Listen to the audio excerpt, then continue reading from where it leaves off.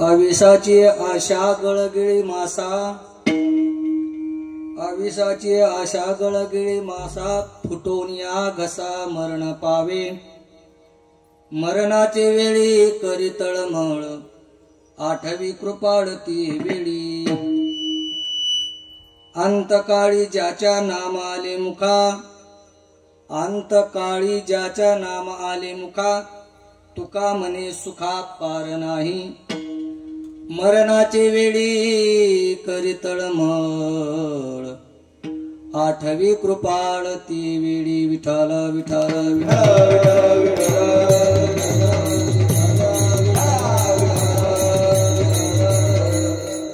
समचरण सरोजम सांद्रणीलांबुदाभम, जगणनिहित पाणी मंडनं मंडनानां.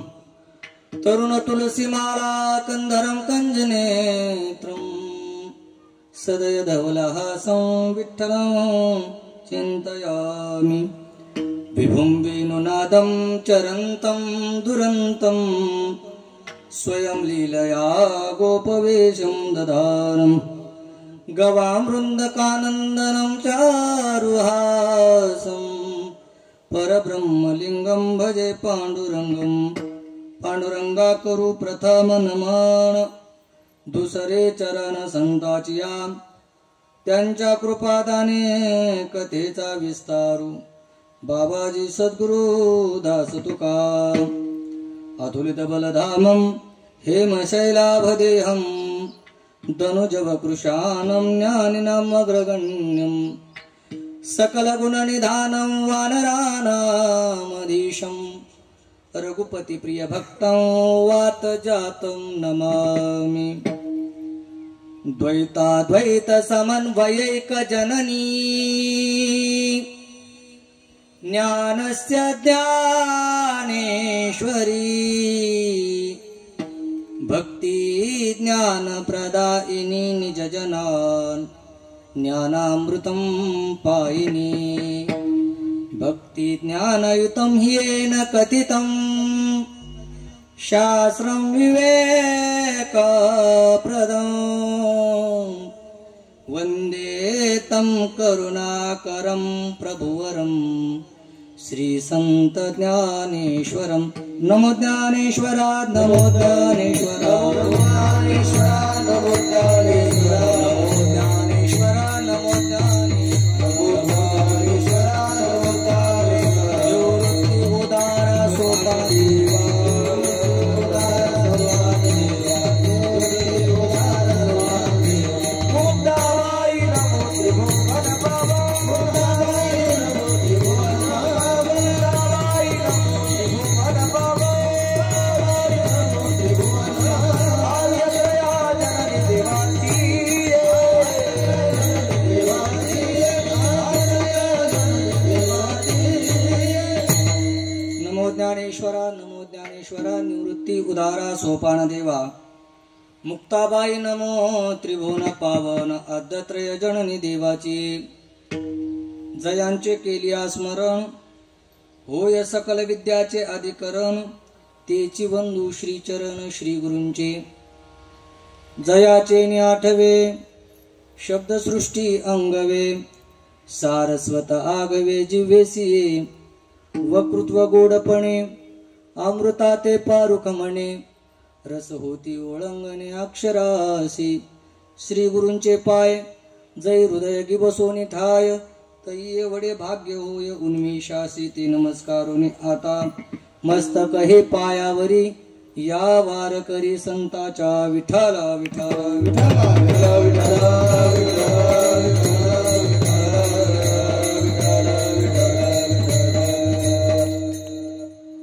आविषाची आशा गळगिळी मासा, आविषाची आशा गळगिळी मासा. फुटून या घसा मरण पावे. मरणाचे वेळी करी तळमळ, आठवी कृपाळ ती वेळी. प्रस्तुतस्थली प्राप्त प्रसंगी कीर्तन रूपी सेवा करता घेतलेला अभंग.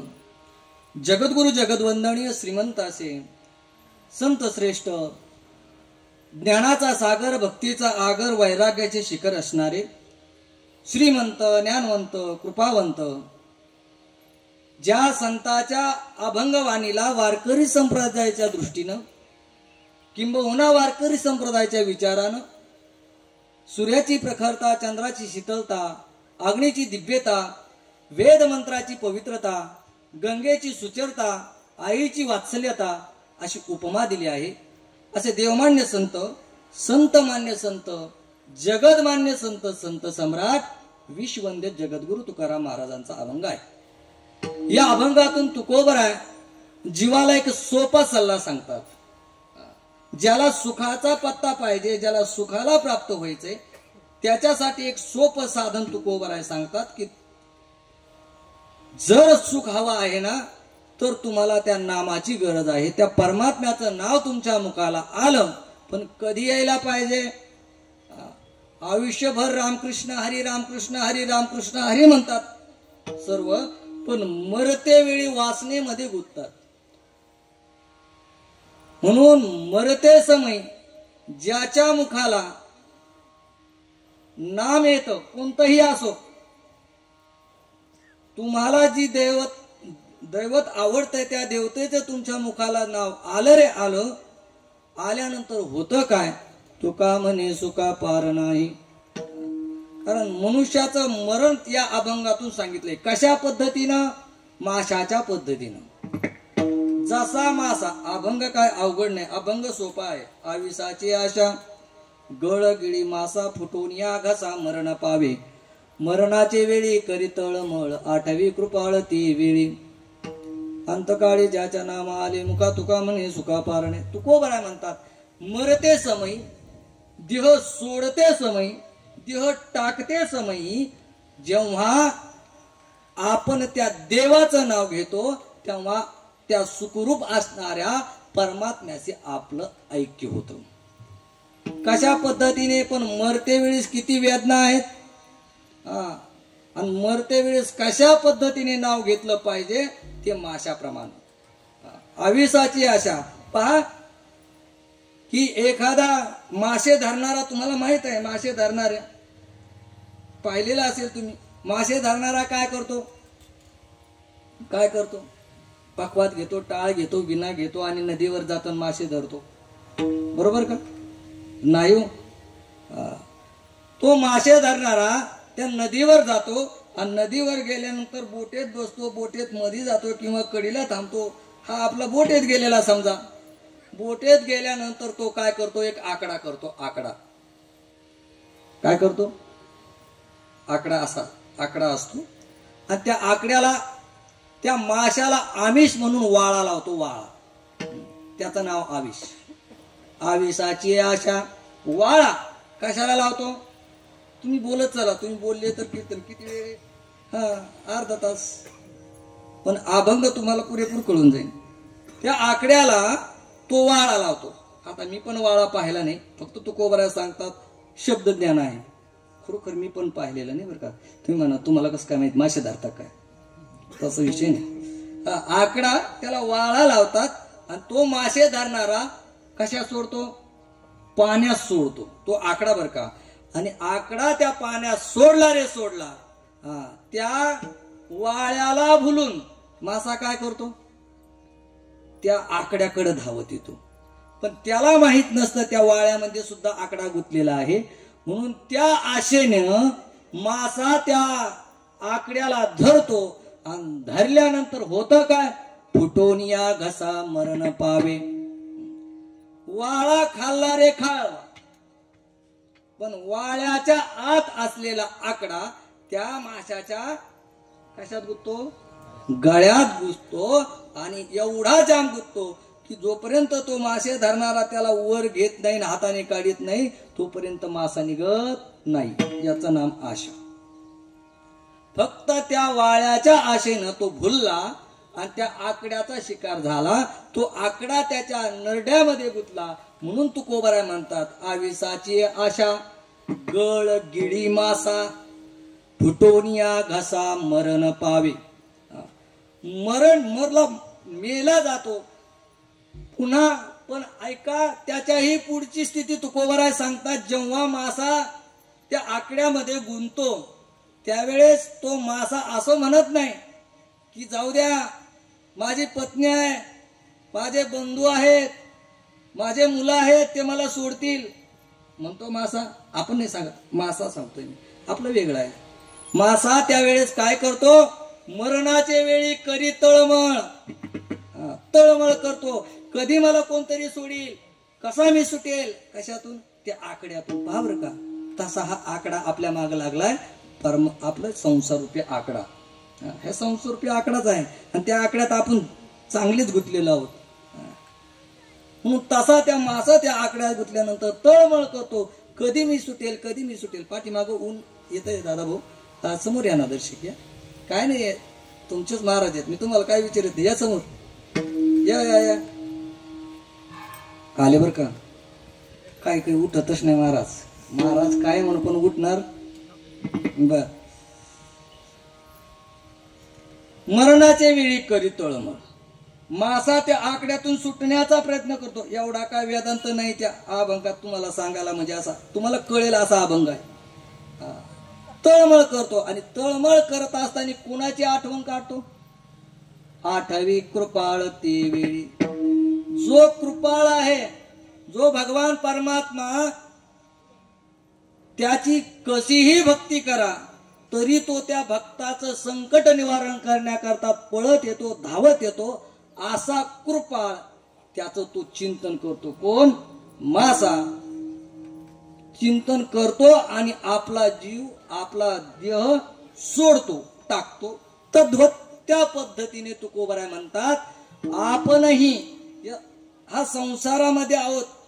हे राडगाडग सुरू आहे, पण जगत असताना भगवंतानी जेवढं आयुष्य दिलंय, 60 वर्ष असेल, 70 वर्ष असेल, पहिले 100 वर्ष होतं, आता आयुष्य कमी झालंय, 70-80 वर्ष असेल. ती जेवढं जगायचं आहे ना, तेवढं जगत असताना त्या देवाचं नाम घ्या.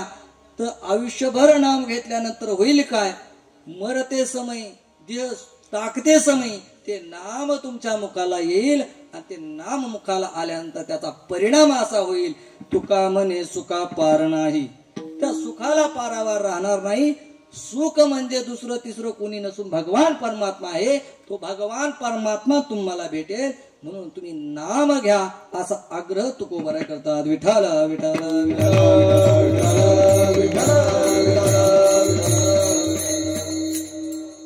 अभंग साऱ्याच्या चांगला लक्षात राहिला असेल. आता अर्थही सर्वांना कळालेला असेल असं मी गृहीत धरतो. आज किम निमित्त सेवा आहे सर्वाला ज्ञात आहे. जेवढा वेळ आपल्याकडे आहे तेवढा वेळ तुम्ही, आम्ही, टाळकरी मंडळी, मृदंगाचारी मंडळी, संशिष्टी मौलिक याने एक चित्त करून अर्धा तास जो जीवात्मा गेलेला आहे त्याची गती काय होणार आहे, आपलंही काय होणार आहे, हे कीर्तन आपल्यासाठी असतं. म्हणून कीर्तन लक्षपूर्वक ऐकावं. विठ्ठल विठ्ठल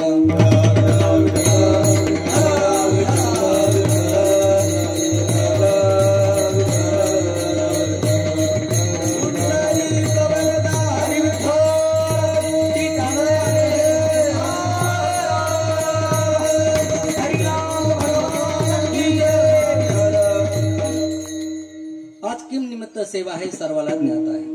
कैलासवासी गोपीनाथ भाऊ गेनूजी बनसोडे यांनी हे देह या मृत्यू लोकात टाकून परमात्मा त्यांचे वर्षभर वाटचाल करत असतो, जो आत्मा आहे. आणि आज 1 वर्ष पूर्ण होत आहे. शास्त्र सांगतं, गरुड पुराण सांगतं की वर्ष श्राद्धाला नूतन देह त्या आत्म्याला दिला जातो. शास्त्र सांगतं गरुड पुराणाचे आहे. जो जीवात्मा गेलेला आहे त्याला आज नूतन देह देण्याचा कार्यक्रम आहे पुढे वर.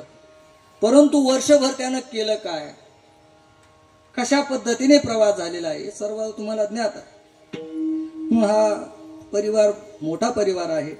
आज ज्यांची सेवा होती ते आमचे गुरुतुल्य हरिभक्तीपरायण विनोदजी महाराज यांची कीर्तन सेवा होती. परंतु हा आमचा ग्रुप आहे महाराज, इथे काय नाही, ज्याला आदेश येईल त्यांनी करायचं असतं. मी म्हणलो आमच्यापेक्षा एका होणी बळी आमचा नंबर कस काय लागला. मला तर माहित नव्हतं नवनाथ महाराज येणार आहेत. आमची तर इच्छा होती नवनाथ महाराजांनी करावे, पण काय आहे आदेश आला, माऊलीने सांगितलं कीर्तन करावं लागतंय. ठीक आहे, आज्ञा आली आणि माऊलीच्या आज्ञेनुसार हे कीर्तन रूपी पुष्प मी तुमच्या समोर समर्पित करत आहे. कीर्तनाकरता उपस्थित असलेले सर्वश्रेष्ठ असलेले विनेकरी, आम्ही ज्यांच्या आवर्जून चेष्टा करतो बोलतो असे आमचे दादा सुंदर विना घेऊन आहे. दादा फक्त धोतर पाहिजे होतं, धोतर आणि पेटा. सुंदर विनेकरी आहेत आणि ज्यांनी आज पहिल्यांदा सुरुवातीला चाल निघाली. आमच्या सोबत आलेले हरिभक्तीपरायण आमचे परममित्र ऋषिकेश महाराज वालेकर. सुंदर आवाज आहे, तुम्ही तर ऐकलाच आहे. त्यानंतर त्यांच्या सोबत ज्या निघाले त्यांचं काय नाव म्हटले, ऋतिक महाराज, तेही आहे, त्यांचेही धन्यवाद. आमचे मंगेश महाराज आहेत. महाराजांचं काय, कुरान महाराज, कृणाल, मला ती कुराणाची सवय लागली ना त्यामुळे तेही आहेत. आज कीर्तन वाजवण्यासाठी आणि महाराजांना वाजवण्यासाठी आमचे संकेत महाराज आहेत. त्यांना मला यायच्या आधीच गाव फुटलं होतं, पण आता गेलं वाटतंय. संकेत महाराज आहेत आणि बऱ्याचशा दिवसाची आमची भेट नव्हती. महाराज आमचे जेवलक मित्र हरिभक्तीपरायण योगेशजी महाराज. सुंदर आवाज आहे, सुंदर कीर्तन आहे, पण ऐकण्याचा मला योग आला नाही. माऊली तुम्ही म्हटले असते ना आज काहीतरी केलं असतं, मला माहीत नव्हतं. आणि आम्ही ज्यांच्यावर नितांत प्रेम करतो असे आमचे हरिभक्तीपरायण नवनाथ महाराज.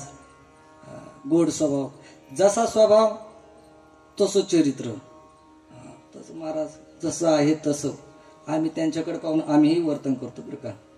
सुंदर स्वभाव आहे आणि माऊली माहीतच आहे. माऊली आता मी माऊली गेलो होतो स्वामीजीकडे तेव्हापासून, पण माऊली तेव्हा काही म्हटलं ना, जर विनोदीचं ठरलं होतं तसं तुम्हाला वाटलं आम्ही टाळतो की काय. आकाश महाराज येणार होते पण ते काही नाही आले. माऊलीच्या आज्ञेनुसार ही सेवा सुरू आहे आणि या माता वर्गही आहे. सिस्टीमवाले, सिस्टम ही आपली गरजेच आहे. सुंदर सिस्टीम आहे आणि कार्यक्रमाकरता उपस्थित असलेले तुम्ही सर्व श्रोतेवर्ग, सर्वजण एक हुनी बळी आहेत, ऐकणारे आहेत, ऐकण्याची इच्छा आहे. काय सांगत आहेत महाराज, तुमका महाराज काय दिवा लावणार आहे, काय दिवा लावणार आहे, बरोबर आहे. म्हणून ऐका. तो खोबरायाचा अभंग आहे. माऊली जशी आपल्याला बुद्धी देतील तसं आपण बोलण्याचा प्रयत्न करणार आहोत. आपण कोण बोलणारे, बोलून घेणारे ते आहेत. ते जसे आपल्याला आशीर्वाद देतील, बुद्धी देतील तसं आपण बोलू. विठ्ठल विठ्ठल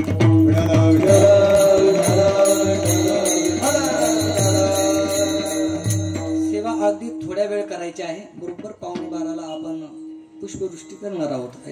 फुलाचा कार्यक्रम होईल म्हणून सर्वांनी लक्षपूर्वक ऐका.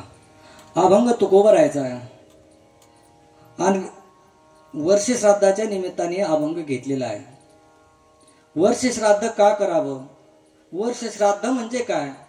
श्रद्धायुक्त अंतकरणाने गेलेल्या आत्म्याविषयी जी भावना प्रकट केली जाते, श्रद्धापूर्वक अंतकरणानं त्याविषयी भावना प्रकट केली जाते, त्याचं नाव आहे वर्ष श्राद्ध. प्रत्येकानं आता इथे जेवढे आलेले आहेत त्यांच्या हृदयामध्ये गेलेल्या आत्म्याचं, कारण शरीराचा संबंध सुटलाय, जेव्हा शरीरामध्ये होते तेव्हा त्यांच्यासोबत आलेला संबंध, मनुष्याचा संबंध, म्हणून इथे श्रद्धायुक्त अंतकरणाने सर्व आलेले आहे. मनुष्याचं देह दुःख देत नाही तर मनुष्याचा संबंध दुःख देतो. पहा, देह इथं दुःख देत नाही. जर देह दुःख देत असेल तर आता कितीतरी लोक मरतात परंतु त्यांचा आपल्याला दुःख होत नाही.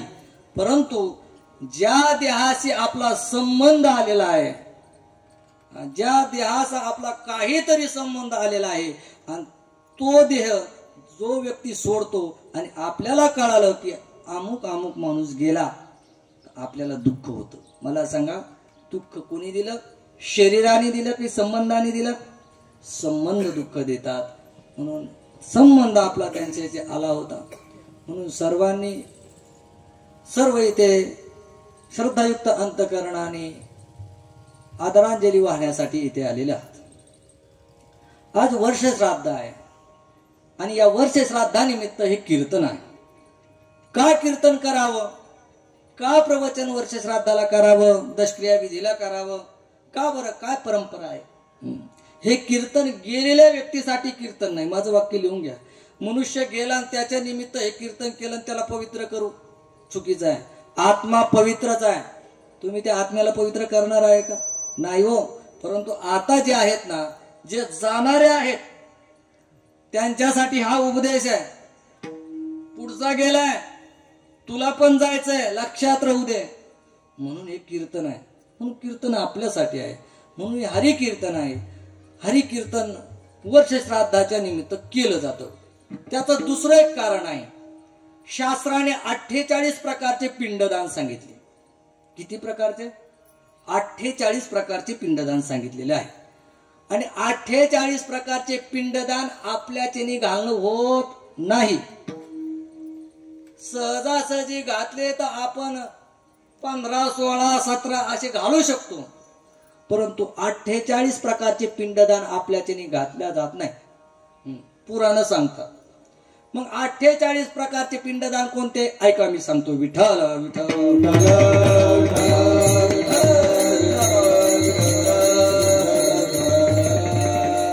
सर्वजण शिकलेले आहात, मी सोडून बरं का. म्हणून सर्वांनी पिंडदान मोजा. मी तुम्हाला 48 पिंडदान सांगतो. याचा फायदा असा होईल, मग आपल्याला कळेल की आपण असे पिंडदान करत नाही. तुम्ही म्हणाल, महाराज तुम्ही कुठून सांगणार? गरुड पुराणात आहे, ग्रंथ सांगतात, तेच मी तुम्हाला सांगणार आहे. माझ्या काय मनाचं? जेव्हा मनुष्य आपला देह, आत्मा देह सोडतो आणि देह सोडल्यानंतर आत्म्याचा आणि देहाचा संबंध जेव्हा संपतो, तेव्हा मनुष्याला असं म्हणतात, मनुष्य गेला, मनुष्य मेला, मनुष्य मृत्युमुखी पडला. मृत्यू म्हणजे काय? आत्म्यानं शरीराचा संबंध सोडणं, याचं नाव मृत्यू. जेव्हा मनुष्याचा मृत्यू होतो त्यावेळेस त्या शवाला असं बसवतात आणि बसवल्यानंतर पाहुणे मंडळी येईपर्यंत त्याच्या समोर सारे घरातले व्यक्ती असतात. पाहुणे मंडळी येऊ तर त्याला बसवल्या जाते, बरोबर आहे? हा, हे तुम्हाला प्रक्रिया माहिती आहे, चांगलं ऐकून ठेवा. आणि तिथे बसल्यानंतर पाहुणे आले की तिथला पहिला पिंडदान आहे शवदहन पिंडदान. शवदहन पिंडदान, पहिला पिंडदान तिथं केलं जातो बरं का. हा, गरुड पुराण सांगतो तिथं पहिला पिंडदान केला जातो, एक शवदहन. म्हणजे या शवाला जाळण्याच्या किंवा त्याची विल्हेवाट लावण्यासाठी आता प्रवास सुरू होत आहे. म्हणून पहिला पिंडदान केला जातो शवदह पिंडदान. तदनंतर त्या शवाला आपण पुन्हा बाहेर घेऊन येतो आणि आल्यानंतर त्याला काय करतात? स्वच्छ असे आंघोळ घालतात की नाही? आंघोळ घालतात, गंध लावतात, नवीन कपडे घालतात की नाही? तिथं एक पिंडदान केला जातो. त्याला स्नान पिंडदान म्हणतात. स्नान पिंडदान. किती पिंडदान झाले मोजा बरं का, नाहीतर गणित हुकायचं. स्नान पिंडदान त्याला म्हणतात. स्नान झाल्यानंतर त्या व्यक्तीला आपण लाकडाची जे 4 जण आपण त्याला खांद्यावर घेतो त्याच्यावर झोपवलं जातं. हे 2 पिंडदान झाले नाही. झोपवल्यानंतर त्याचा प्रवास सुरू होतो आणि तो घरातून बाहेर जात असताना एक विसावा घेतला जातो. विसावा घेतात त्याला तिथं एक पिंडदान केला जातो. त्याचं नाव खेचर पिंडदान. त्याचं नाव खेचर पिंडदान शास्त्र सांगते. किती पिंडदान झाले? 3 पिंडदान झाले. खेचर पिंडदान. आणि पुढे गेल्यानंतर ज्या ठिकाणी त्या शवाला आपण जाळवणार आहोत त्या ठिकाणी एक पिंडदान केलं जातं. का? तिथं भूतपिंडदान केलं जातं. आपण जिथं याला जाळणार आहोत तिथं एखादा कोणी दुसरा जाळलेला नसावा म्हणून ती जागा पवित्र केली जाते आणि त्या जागेवर याला जाळलं जातं. तिथं पहिला पिंडदान तो करतात की भूतपिंडदान. 4 झालेले आहे बरोबर.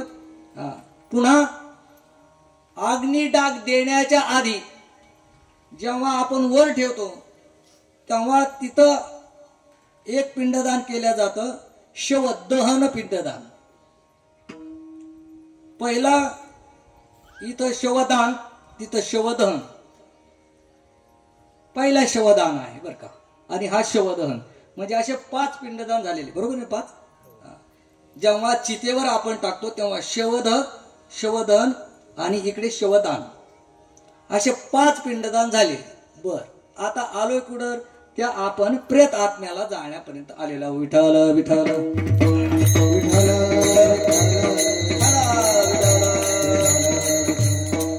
पुन्हा अग्निडाग त्या शवाला दिला जातो. त्याच्यानंतर काही काही परंपरा आहे. 2 दिवसामध्ये काही काही सावळण्याचा कार्यक्रम होतो, काही काही 3 दिवसात सावळण्याचा कार्यक्रम होतो. म्हणजे हस्ती गोळा करतात बरोबर आहे. तिथे एक पिंडदान केला जातो, त्याला हस्ती पिंडदान म्हणतात. किती पिंडदान झाले? 6 पिंडदान झाले बरोबर. हस्ती पिंडदान झालं की 10 क्रियाविधीला 10 पिंडदान केले जातात. 5 ज्ञानेंद्रिय आणि 5 कर्मेंद्रिय इंद्रियाचे पिंडदान केले जातात. 10 हे 10 आणि ते 6 किती झाले? किती झाले? 16. ऐका. सकळ मंगळ निधी श्री विठ्ठलाचे नामादी. नामाची महती तुकोबारा सांगतात. तुम्ही मला नाम घेतलं आणि सुख मिळतं कस काय? 5 मिनिटात मी तुम्हाला उदाहरण सांगून कीर्तनाकडे आपण कीर्तनाचा समारोप करणार. नामात एवढी ताकद आहे. अहो तुम्ही घरात नाम घेतलं काय आणि दारात नाम घेतलं काय त्याची पावर तेवढीच आहे. अहो तुम्ही फिरताना नाम घेतलं काय किंवा नाही त्या जागेवर नाव घेतलं काय त्याची पावर तेवढीच आहे. नाम हे मंगल आहे महाराज, कधीही घेऊ शकता. नाथ महाराज तर म्हणतात हरी बोला गाता, हरी बोला गाता, सर्व कार्य करता हरी बोला. काही जे करत असतात तेव्हा काय बोला? रामकृष्ण हरी म्हणा, विठ्ठल विठ्ठल म्हणा, हरी हरी म्हणा. परंतु आपलं वेगळं आहे. आपण उठताना आय आय म्हणतो, बसताना बाबा बाबा म्हणतो, गुडघे दुखतात म्हणून बरोबर. म्हणून रामकृष्ण हरी म्हणावं, श्री विठ्ठल म्हणावं. म्हणून नाम अत्यंत पवित्र आहे. पवित्रात पवित्र नाम आहे. नामाची खूप मोठी ताकद आहे. मी त्याच्यासाठी एक उदाहरण तुम्हाला रामायणातलं सांगतो ऐका. रामायणामध्ये तुम्हाला माहित आहे, रामायणामध्ये अर्जुन आणि कौरव होते बरोबर.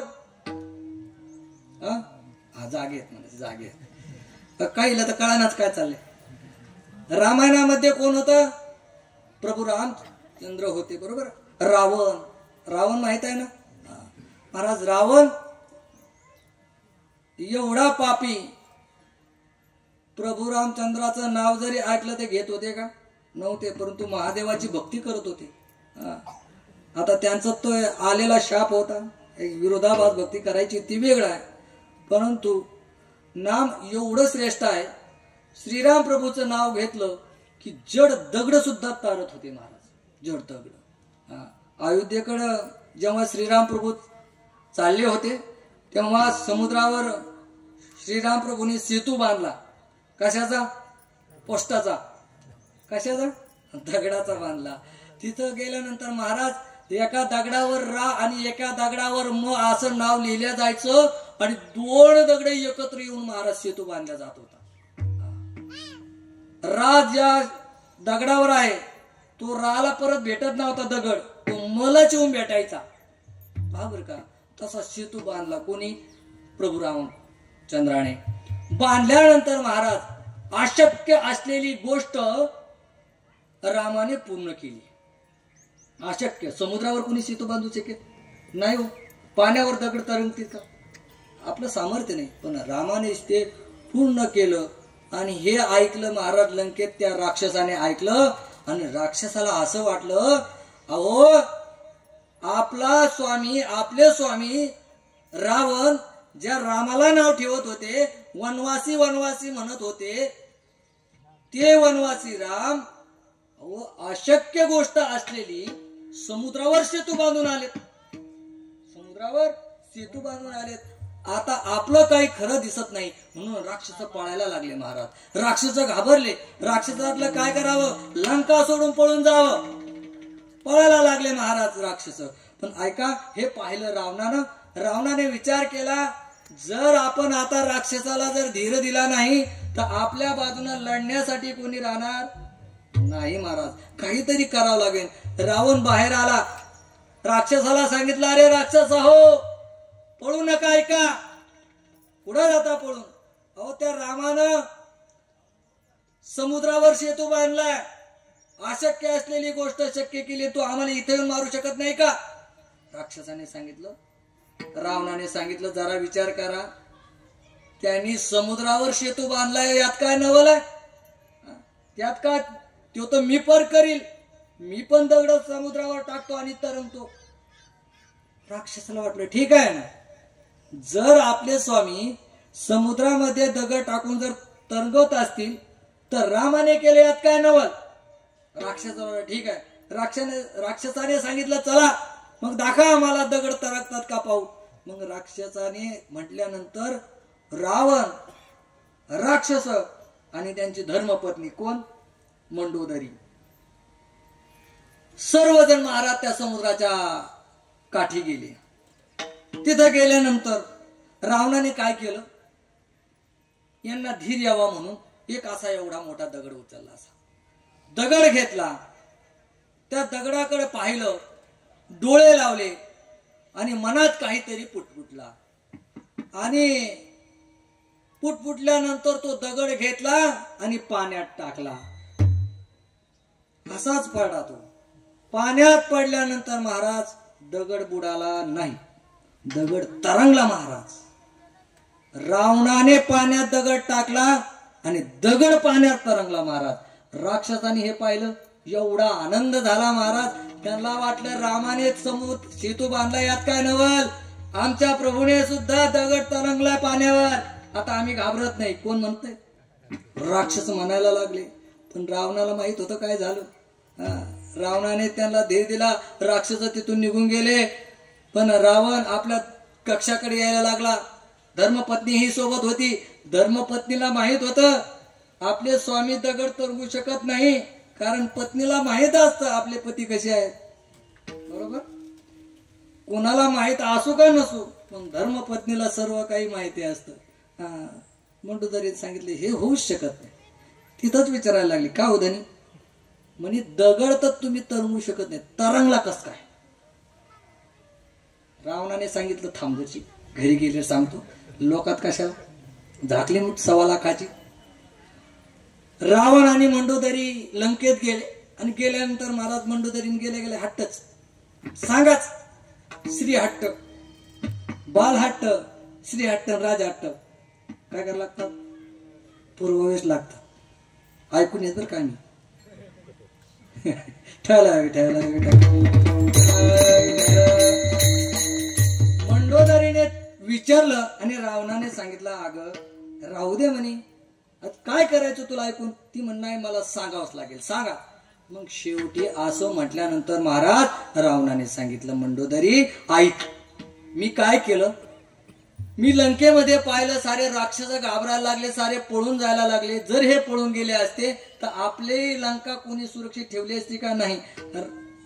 रावण त्या राक्षसाला सांगत होता तेव्हा राक्षस खूप घाबरत होते. त्याने सांगितले, हे दृश्य मी पाहिलं तेव्हा मी त्या राक्षसाला धीर देण्यासाठी हा प्रयास केला. मी गेलो, राक्षसही माझ्या सोबत होते, तूही माझ्या सोबत होती. आपण समुद्राच्या काठाला गेलो. गेल्यानंतर मी दगड घेतला. दगड घेतल्यानंतर राक्षस इकडून होते, तू इकडून होती. मी हातात दगड घेतला, त्या दगडाकडे पाहिलं. दगडाकडे पाहिल्यानंतर डोळे मिटवले आणि दगडाला सांगितलं, दगडा, माझी इज्जत तुझ्या हातात आहे. काय सांगितलं? माझी इज्जत तुझ्या हातात आहे. जर तू पाण्यात बुडला दगडा तर तुला रामाची शपथ. काय सांगितलं? जर तू पाण्यात बुडला तर तुला रामाची शपथ महाराज. सांगण्याचं तात्पर्य असं आहे, जड दगडाला राम नामाची शपथ दिली महाराज, जड दगड तरंगला महाराज, तर आपल्यासारखे चेतन का तरणार नाही. म्हणून तुकोबराय म्हणतात, नाव घ्या आणि तेही कधी घ्या. तुम्ही आयुष्यभर नाव घेत राहिलात, जेव्हा देह सोडाल तेव्हा तुमच्या मुखात ते नाव येईल कदाचित. ते जर नाव तुमच्या मुखात आलं तर तुका म्हणे सुका पार नाही. म्हणून आपला देह जाते समय आपली माशाप्रमाणे तळमळ असते. अभंगाचं पहिलं चरण. आवसीची गळा वेळगीण मासा, आवसाचे आशा गळगीण मासा, आवसाची गळगीण मासा, आवसाचे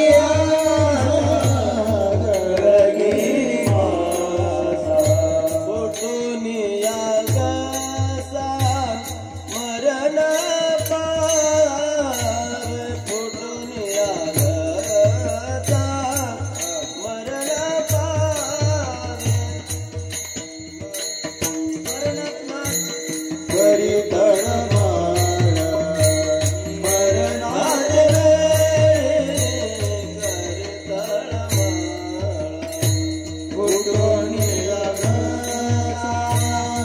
मरण पावे, फुटुनिया घसा मरण पावे, मरणाचे वेळी करी तळमळ, मरणाचे वेळी करी तळमळ. आवसाची आशा गळगिरी मासा, फुटुनिया घसा मरण पावे, फुटुनिया घसा मरण पावे. आसे आशा गळगिरी मासा, फुटुनिया घसा मरण पावे, फुटुनिया घसा मरण पावे.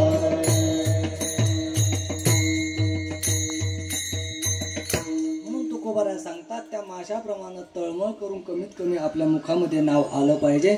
म्हणून आवेशाची आशा गळगिळी मासा, फुटून या घसा मरण पावे. तो मासा मी तुम्हाला सांगितलंय त्या गळामध्ये गुंततो आणि त्या घशामध्ये तो आकडा गुंतल्यानंतर घसा फुटून मरणाच्या वाटेले तो जात असतो. आणि जेव्हा तो मरणाकडे जातो तेव्हा तो तळमळ करतो. अभंगाच्या दुसऱ्या चरणात मरणाचे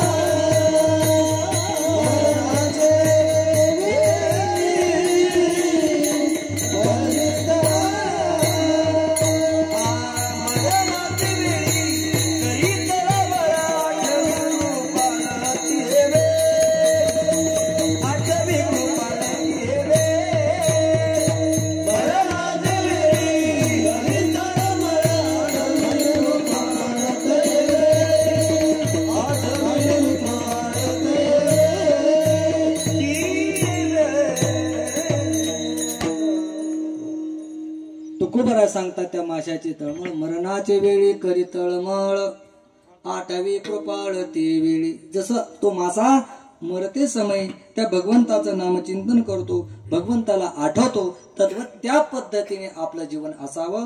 जेव्हा आपण जातो तेव्हाही आपण त्या भगवंताचं स्मरण करावं, त्याचं नामचिंतन करताना आपला देह सोडावा. हाच आशय तुकोबराचा आहे. म्हणून आविसाची आशा गळगिळी मासा, फुटून या घसा मरण पावे. मरणाचे वेळी करी तळमळ, आठवी कृपाळ ती वेळी.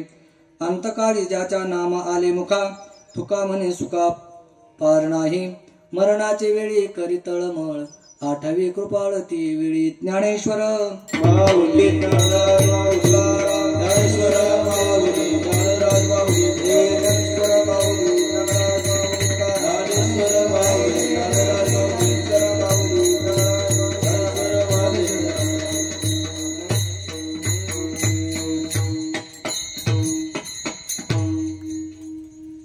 यानंतर फुलाचा भंग म्हणूया. नंतर घरातले सर्वजण पुढे या. घरातील जेवढे असतील त्यांनी सगळ्यांनी पुढे या. वहिनी, अण्णा, सर्व नाती, मुली सर्वांनी समोर या. फोटो समोर या. आम्ही जातो तुम्ही कृपा सुद्यावी, आम्ही जातो तुम्ही कृपा सुद्यावी, आम्ही जातो तुम्ही कृपा सुद्यावी, आम्ही जातो तुम्ही कृपा सुद्यावी. सगळा सांगावे विनंती माझी. फोटो समोर या, फोटो समोर.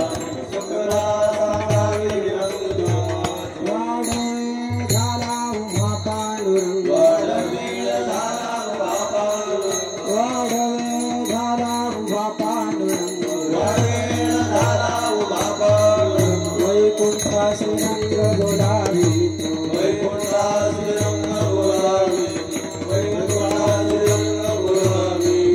अंतकाळी विठू आम्हाची पावरा, विठू आम्हाची पावरा, विसैत झाला बुद्ध तुका, वाडवे झाला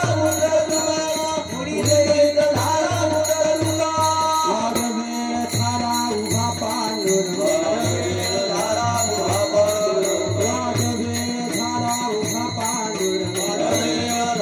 उभा पांडुरंग, वैकुंठा श्रीरंग बोलावितो,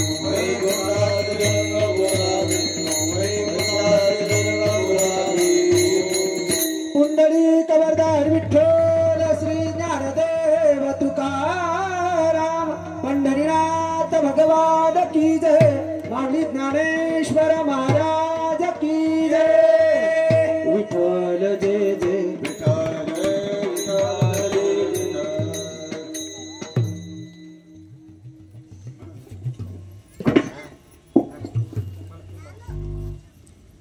अंतकाळी ज्याच्या नावाले मुखा, अंतकाळी ज्याच्या नावाले मुखा, अंतकाळी ज्याच्या नावाले मुखा, अंतकाळी ज्याच्या नावाले मुखा, म्हणे सुखा पार नाही, दुःख